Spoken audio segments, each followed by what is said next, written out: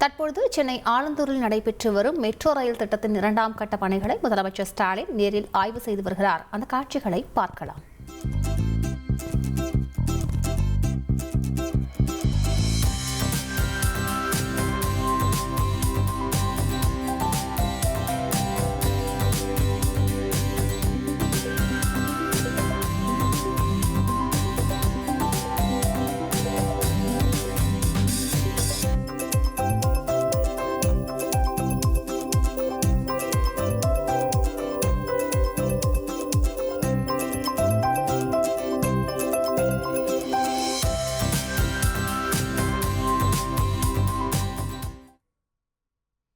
கூடுதல் விவரங்களை செய்தியாளர் பாஸ்கரிடம் கேட்கலாம். பாஸ்கர் வணக்கம். இந்த ஆய்வின் முழு பின்னணி என்ன பாஸ்கர்? சென்னை மெட்ரோ 2ஆம் கட்ட கட்டுமான பணிகளை ஆலந்தூரிலிருந்து ஆய்வு செய்திருக்கார் தமிழக முதலமைச்சர்.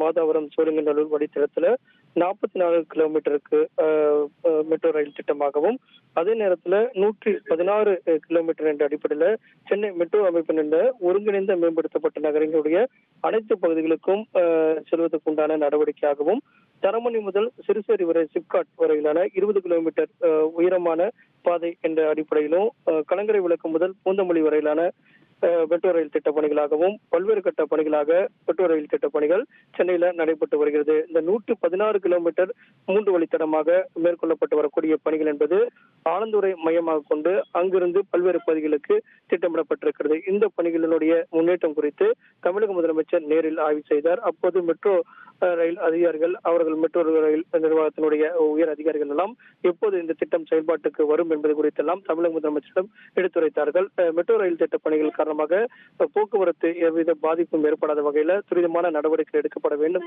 அப்படிங்கிறதும் அதிகாரிகளுக்கு பல்வேறு உத்தரவுகளாக தமிழக முதலமைச்சர் மூலமாக பிறப்பிக்கப்பட்டுள்ளது. கூடுதல் விவரங்களுக்கு நன்றி பாஸ்கரன். ட்ரெண்ட ஃப்ரெண்ட் ஆக்கிக்கோங்க. 2.5 கோடிக்கும் அதிகமான தந்தி டிவியின் சப்ஸ்கிரைபர்ஸ் அண்ட் ஃபாலோவர்ஸ் குடும்பத்துல நீங்களும் இணையுங்க.